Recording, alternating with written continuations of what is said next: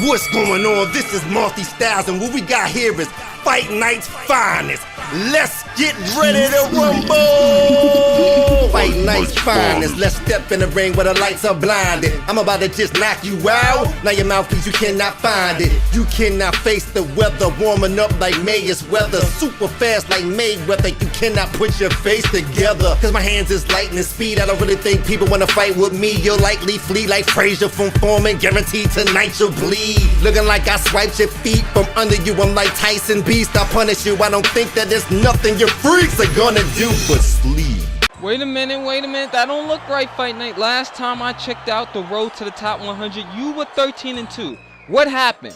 Well, let me take you back to round number 4 of a fight that I was recording to do for another episode of the top 100. This fight, we brought a counter-punching style to the game. We decided to take advantage of this man's mistakes and make him miss and make him pay, like you're gonna see numerous times throughout the following clip. Anyhow, let's talk about this matchup. My opponent here had a very aggressive brawling style. He wanted to work the inside. He wanted to go downstairs to the body. He wanted to throw the combinations. And we end up hitting him with a bunch of counter punches in round number 4 like we was doing throughout the first 3 rounds. You guys saw that scorecards. We were up 3 rounds to zip and scored a 10-8 round in the first round by scoring a knockdown by just taking advantage of his aggression. Anyhow, as the fight pursued on, you gotta think about what will make a fight like this turn around. What will change the tides? Did he make an adjustment? Did he do something that maybe threw off my style? Hey, did I run out of stamina? There could have been a lot of stuff that happened. But then I want you to consider one other thing. Think about the bullshit that you get in OWC. It's usually 5 things that happen. You either come across a rage quitter, you come across a spammer, you come across a guy, I don't know, you come across a belt glitch, or you come across those one-punch knockouts. And then there's that one other thing that tends to happen all the time, and that's going to be in the following clip right here. If you haven't guessed it or haven't thought about it by now, think about it. It's something that you can't avoid. It's something you can't stop from happening, and it just usually happens anyway.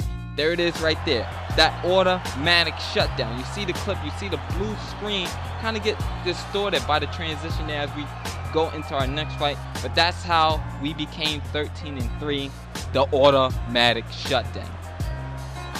But we're looking to shut our opponent down here with an 8-6 record.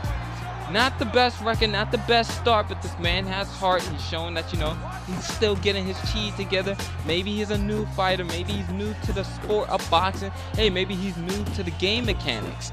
And that may be the reason why he is 8-6. But we don't judge anybody based off their record. We take every opponent serious. And, you know, for me, I had a little fire in my belly after that last match. But speaking of fire in the belly, how about firing those punches as he ends up stunning us with that straight right hand and then follow up the combination, and he almost knocks us down here. Look at this power straight that connects right there.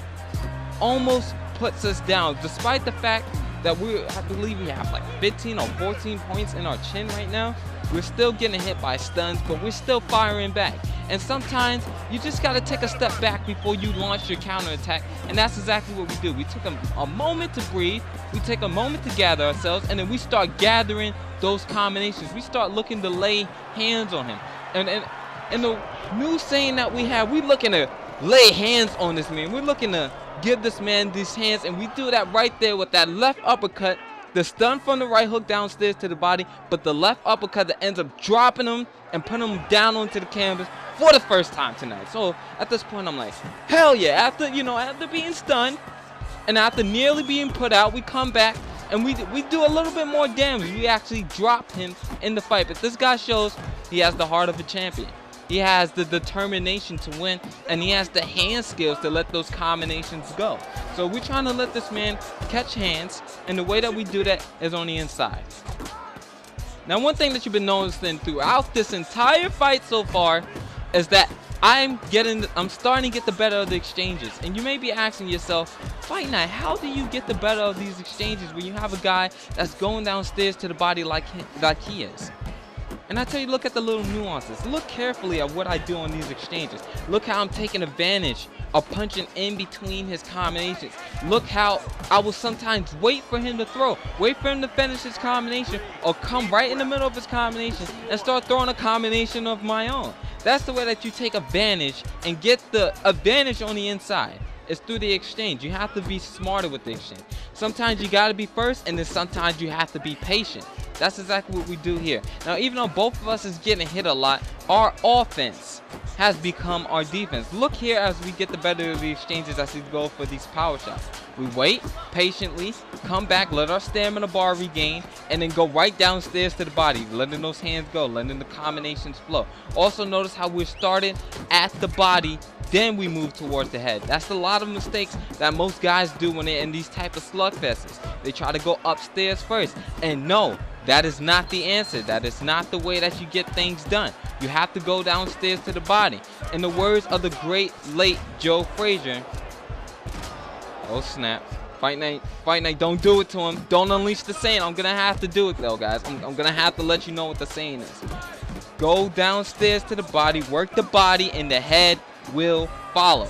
You hear this by one of our own little FNF nations, or as Arachnid Soul calls it, the bingo hall of YouTube. You hear our very own Relapse say this a lot.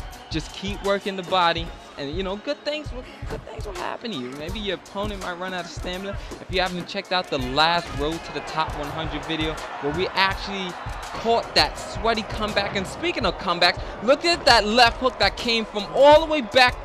Look how we pulled it back and then ended up cold clocking him right on the chin in order to score our second knockdown of the fight. But like I was actually saying before, you know, if you seen the last fight, you saw that body work help us score 4 knockdowns in round number 9. Now, I know I just gave away the end. I didn't say whether he got up on the 4th knockdown and he came back and won. Mind you, this guy had a 48-5 record, so he could have very well won that fight. If you saw it already, well, you know how it happened. But if you didn't, the link's in the description. Go back and watch it. But speaking about things to watch, you see in the top left-hand corner of your screen, live streams. On Tuesdays and Thursdays at 8 p.m. Eastern Standard Time, you'll find a link in the description to my Twitch. If you haven't followed me on Twitch, I think you're going to want to do so, because we have great guests that come on Tuesdays and Thursdays. Myself with co-hosts Arachnid Soul or Day the Rip One. Hell, sometimes all three of us are there together, and you know, maybe we might have even more people there. There's a great chat that you guys are going to want to come by and see. It's just a joy doing live streams, and it's a joy interacting with you guys. So go ahead and follow the stream if you haven't already. But right now, let's not talk about streams, because we got some action going down in the ring. Look how we got back onto the inside. Notice that stiff left jab that came out in order for us to close the gap and to get close to this guy and put him back where he belongs, in the corner, saying controlling him like he's a kid on timeout, making him hold his arms up and stand in the corner and apologize for whatever it is that he's done. That's what we're doing right here. We're trying to keep him on the ropes, and right now he's fighting his way back off the ropes. But we say, you know, we take a step back, give ourselves some room, and then come right back onto the inside. Keep him right back against those ropes. Use the left jab in order to get onto the inside, coming behind the high guard at times, and then that allows us to get onto the inside. Now, notice here how he wasn't thrown back. That told me right then and there that he was hurt, that he was taking too much damage. It might have been a little bit too much for him to handle, and we continued to pour the pressure on. No letting up, no breaks, no nothing. The only thing you see here is these combinations coming out. You're seeing them flow. There's the 3-punch combination. Jab, right uppercut, left hook to the head, followed by that left uppercut, followed by the right one, and get your chin checked as we end up scoring our 3rd knockdown of the fight. And man, I'm telling you, I'm feeling good right now. I'm feeling confident. 3 knockdowns in 3 rounds. But you know what? You know what? I'm not satisfied, because it ain't 5 knockdowns. It hasn't been 4 knockdowns. He hasn't been put out already, so we gotta keep going. We just gotta keep doing it. We gotta keep letting those hands go and hope to finish him, and that's exactly what happens.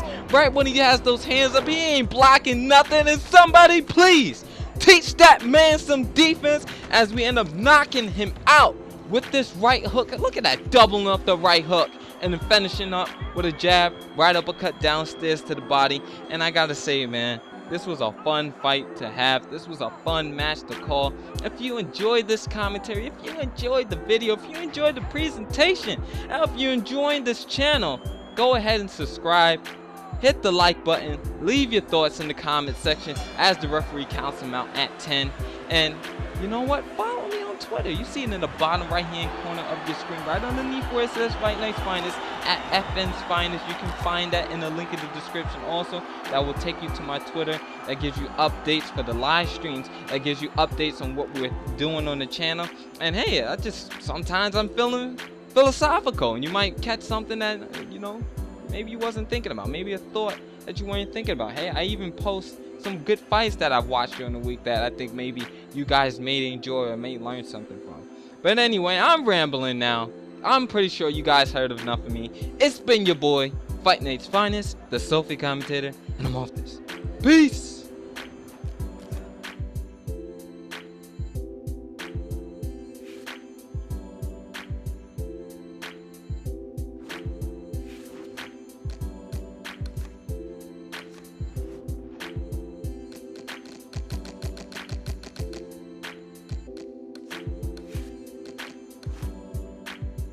I told you, brother, I'm the chronicle of our struggles, the voice of the families like Moses, only keeping it real.